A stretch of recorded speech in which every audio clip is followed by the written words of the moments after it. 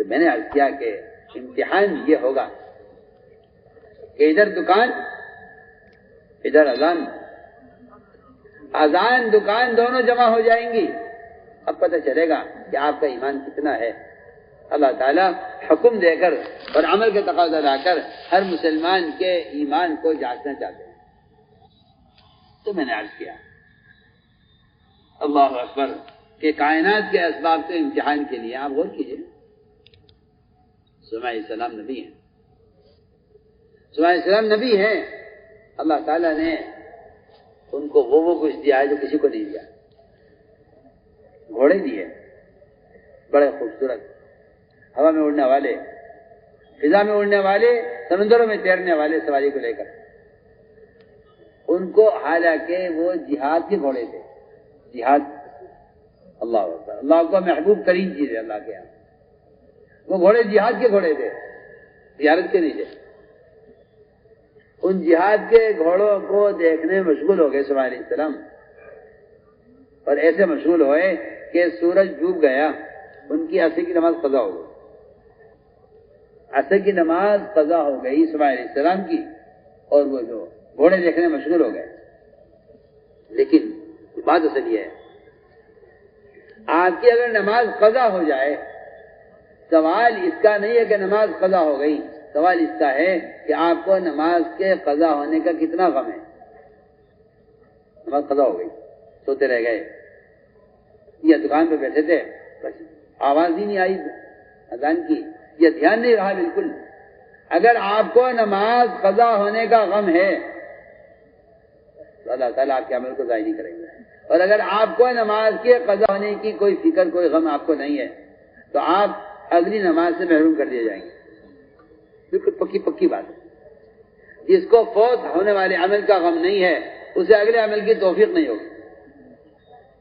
یہ سارے دین کا حال ہے، میں سارے دین کے بارے میں کہہ رہا ہوں، ساری نمازیں، روزہ، حج، زکوٰۃ، ذکر، تلاوت، سب کا یہی حکم ہے، تمام دین کے احکام کا یہ حکم ہے۔ جس حکم کے ضائع ہونے کا مومن کو غم نہیں ہوگا وہ اگلے حکم سے محروم ہونے کا انتظار کرے، یہ عجیب بات ہے۔ سلیمان علیہ السلام کو اتنا غم کہ تلوار لی اور سارے گھوڑے کاٹ ڈالے، بھائی ان کی نسل ختم کر دی جائے، جو چیز اللہ کی یاد سے غافل کریں۔ حالانکہ جہاد کے گھوڑے، سوچیے تو صحیح، جہاد کے گھوڑے سارے ذبح کر ڈالے، سب کو تلوار سے کاٹ کے ختم کر دیا۔ اے اللہ، مجھے آج کی نماز چاہیے، مجھے آج کی اثر چاہیے۔ سوچیے آپ، سورج واپس نکلا، سورج مغرب سے واپس نکلا، غروب ہو چکا تھا، واپس نکلا، مجھے آج کی اثر چاہیے۔ اللہ نے لکھا دیا کہ جس کو عمل کے ضائع ہونے کا غم ہے ہم اس کے عمل کو ضائع نہیں کریں گے۔ اللہ نے سورج کو واپس نکالا، سلیمان علیہ السلام نے عصر کی نماز ادا کی۔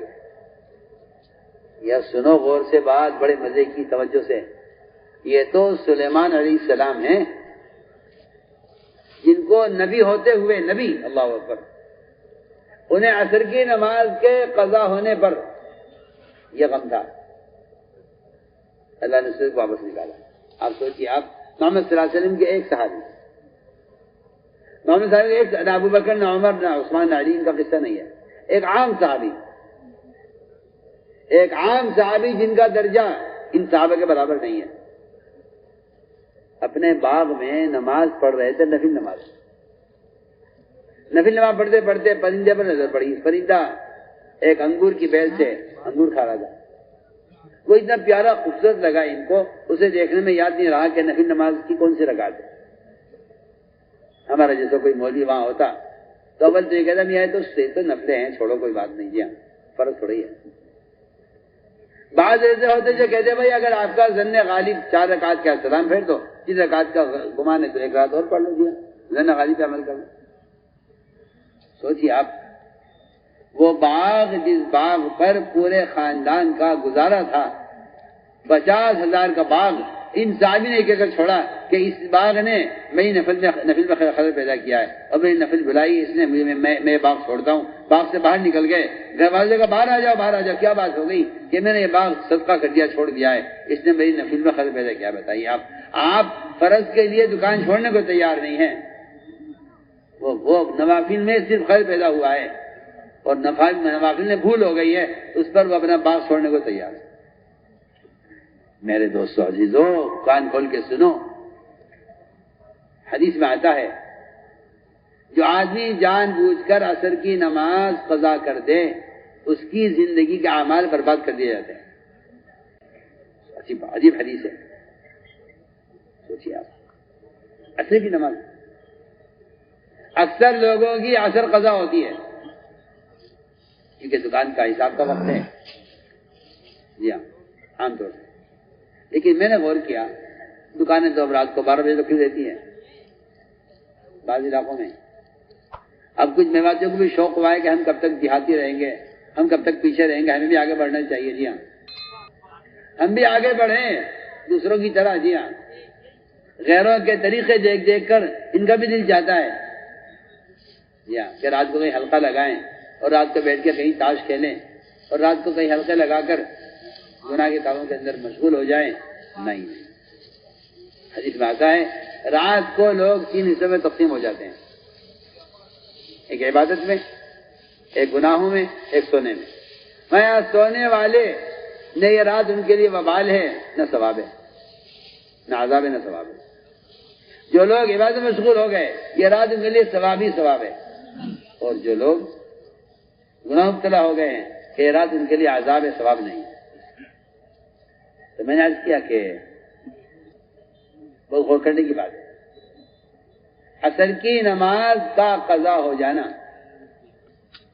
اس پر جو وعید ہے، اس کی جو وعید کی وجہ یہ ہے، کہتے ہیں عشاء کی نماز ایک آدمی جلدی سو گیا، عشاء قضا ہو گئی. نہ یہ فجر ہے کہ اٹھ نہیں سکا، نہ یہ ظہر ہے کہ ظہر میں آدمی قیلولہ کرتا ہے. عصر کی نماز کا قضا ہونے کا مطلب یہ ہے کہ آپ کے اندر نماز کی اہمیت نہیں ہے. باقی نمازوں میں آدمی کہہ سکتا ہے نا کہ یہ سونے کا وقت ہے، یہ دوپہر کے سونے کا وقت ہے، یا فجر میں وہ آنکھ نہیں کھل سکی، لیکن آدمی عصر قضا کرے.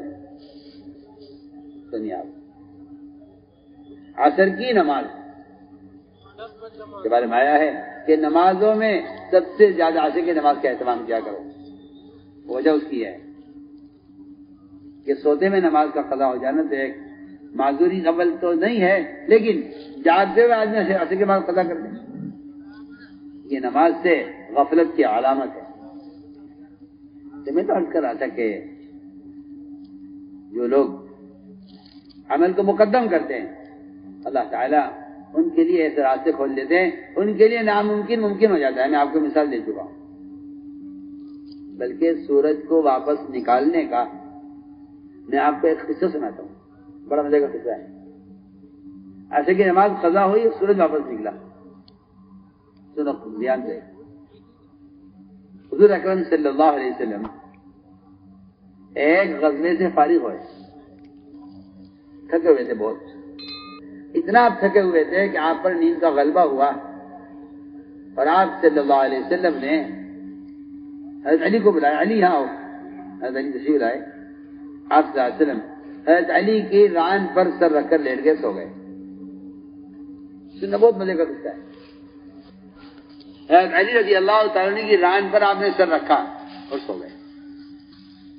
حضرت علی کی اثر باقی تھی، حضرت نے اثر پڑی نہیں تھی. آپ سوتے رہے، آپ سوتے رہے، آپ اثر پڑ چکے تھے، آپ سوتے رہے. حضرت علی کا اثر باقی تھی. حضرت علی نے آپ کو جگایا نہیں کہ اللہ ذرا آپ سر اٹھا لیجیے، ادھر رکھ لیجیے، یہ تکیہ لے لیجیے، میں اثر پڑھ لوں، اثر قضا ہو رہی ہے. کیوں؟ حضرت علی کو آپ نے بلایا، حضرت علی نے کیوں نہیں کہا کہ میں اثر پڑھ کر آتا ہوں؟ اس لیے کہ حکم یہ ہے یا ایھا الذین آمنوا استجیبوا للہ والرسول اذا دعاکم، کہ جب تمہیں رسول بلائیں فوراً آ جاؤ. اگر تم نے ذرا تاخیر کی یا تم نے نبی کے حکم کی خلاف ورزی کی تو تم کسی فتنے میں پڑ جاؤ گے. میں آپ کو بہت ضروری بات کرتا ہوں. آج مسلمان نہ جانے کتنی سنتیں کتنے احکام کو یہ کہہ کے توڑ رہا ہے کہ چھوڑو، وہ زمانے کی بات ہے. میں نے قرآن کی آیت پڑھی ہے، اے ایمان والو جس وقت تمہیں رسول بلائیں تم فوراً آ جاؤ. اور بلکہ آگے تو عجیب آیت ہے، فرمایا فَلْيَحْذَرِ الَّذِينَ يُخَالِفُونَ عَنْ أَمْرِهِ أَن تُصِيبَهُمْ فِتْنَةٌ أَوْ يُصِيبَهُمْ عَذَابٌ أَلِيمٌ. اے ایمان والو تم نبی کے حکم کی خلاف ورزی مت کرنا، تم نبی کے حکم کے خلاف مت کرنا، ورنہ یا تو تم کسی فتنے میں مبتلا کر دیے جاؤ گے یا تم پر کوئی عذاب مسلط کر دیا جائے گا. میں واقعہ سناؤں گا جو شروع کیا ہے، لیکن میں اس سے پہلے چاہتا ہوں کہ میں ایک مثال آپ کو دوں.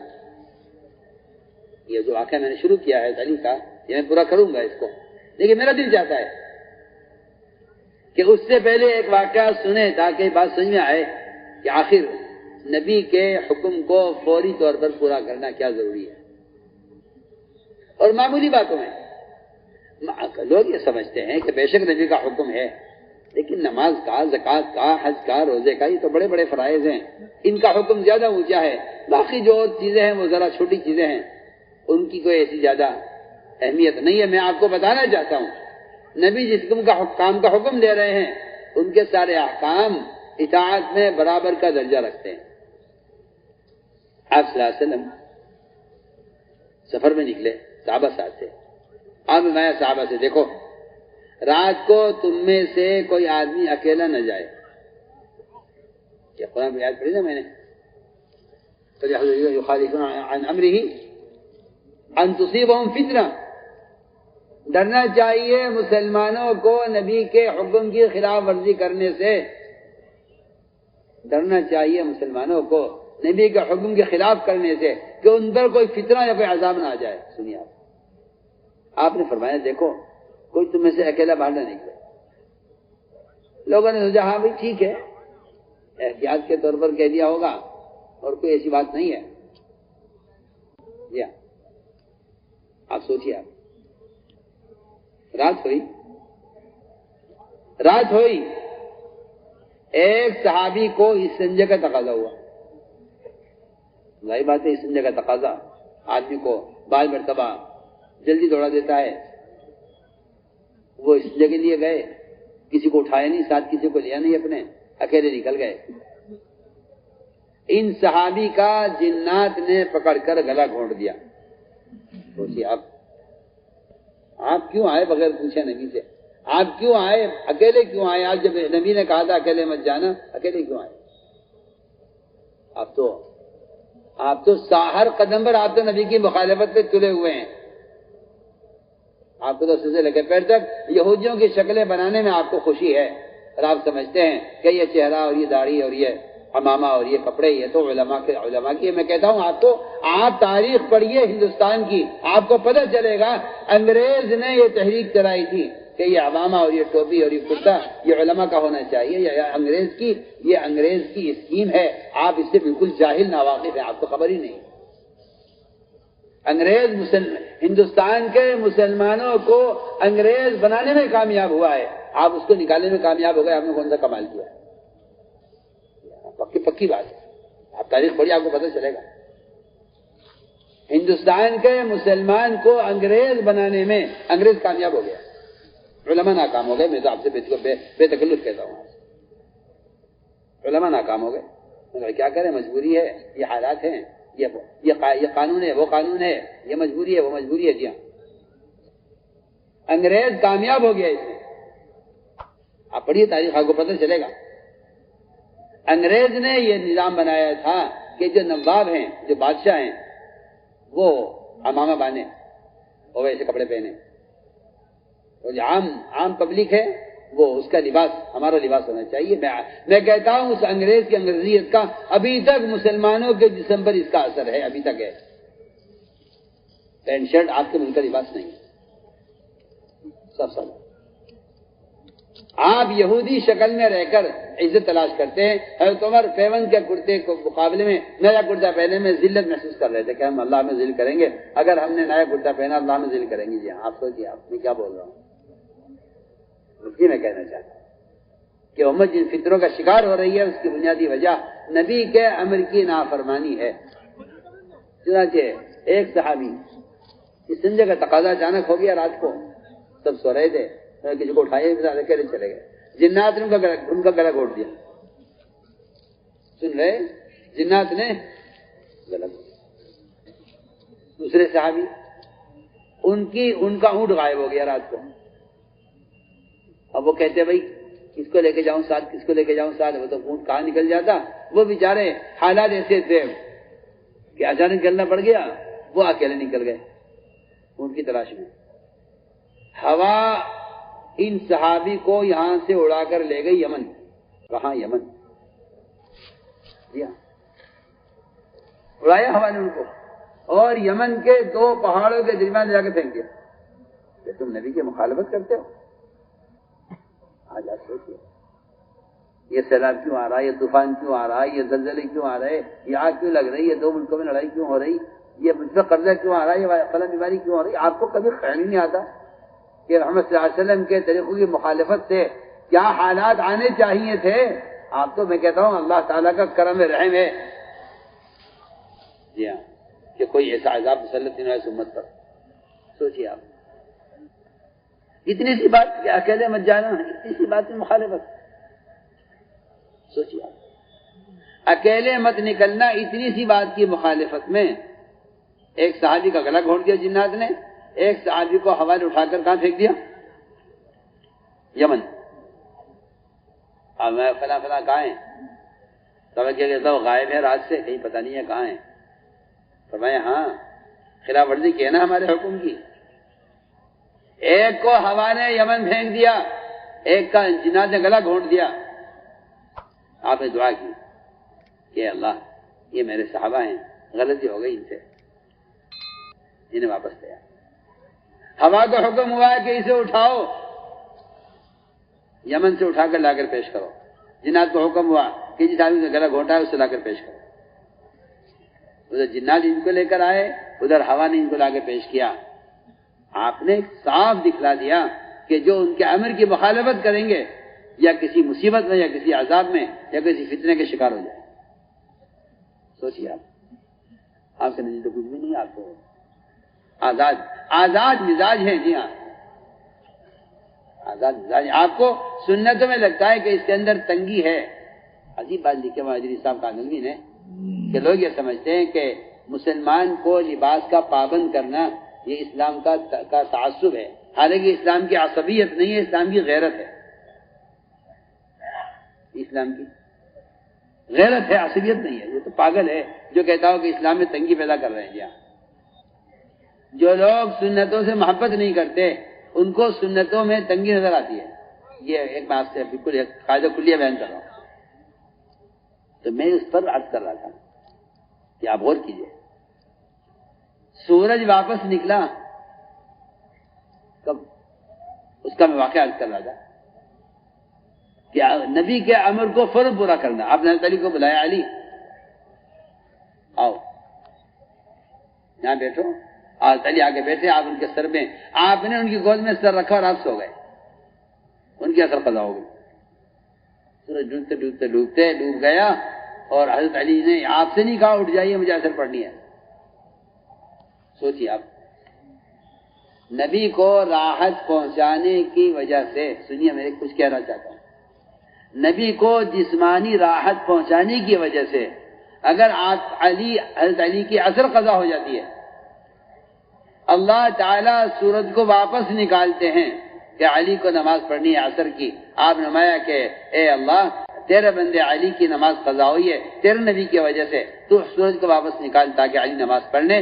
حضرت علی رضی اللہ تعالیٰ عنہ کی اس خدمت پر, جسمانی راحت پہنچانے پر سورج واپس نکال. اسما کا قول ہے کہ میں دیکھتے رہی تھی, اچانک سورج نکلنا شروع ہوا اور پہاڑوں پر زمین پر روشنی پھیل گئی اور سورج بلند ہوتا چلا گیا. حضرت علی نے اٹھ کر وضو کیا اور نماز پڑھی عصر کی. آپ بتائیے تو صحیح, نبی کو جسمانی راحت پہنچانے والے کے لیے تو سورج واپس نکل آیا. اگر کوئی نبی کی بعثت کے مقصد دعوت اللہ میں دین کو قائم کرنے میں نبی کو راحت پہنچائے، اس کی مدد کرے، تو اس کے ساتھ کیا مدد ہونی چاہیے آپ اندازہ کریں. سوچیے آپ ایک آپ صلی اللہ علیہ وسلم کو راحت پہنچائیے صرف کہ اپنی گود میں سر رکھ کر آپ کو سلایا ہے. اللہ نے اس پر سورج کو واپس نکالا. بتائیے میرے دوستوں، اصل بات یہ ہے کہ ہمیں ہر قدم پر یہ سوچنا پڑے گا کہ محمد صلی اللہ علیہ وسلم کی کیا تعلیمات ہیں، آپ ہم سے کیا چاہتے تھے، آپ امت کو کہاں چھوڑ کر گئے تھے. تو میں نے ساری بات اس پر عرض کی ہے کہ اسباب دنیا کے وہ اطمینان کے لیے نہیں ہیں، اسباب امتحان کے لیے. چاہے وہ نبی کے ہاتھ میں ہو، چاہے وہ ولی کے ہاتھ میں ہو، چاہے وہ صحابی کے ہاتھ میں ہو، چاہے وہ آج میرا آپ کے ہاتھ میں ہو، اسباب سب کے لیے بطور امتحان ہے. بیان آپ کو پسند آیا ہو تو بیان کو لائک، شیئر اور چینل کو سبسکرائب کرنا مت بھولیے. کمنٹس میں اپنی رائے کا اظہار ضرور کیجیے.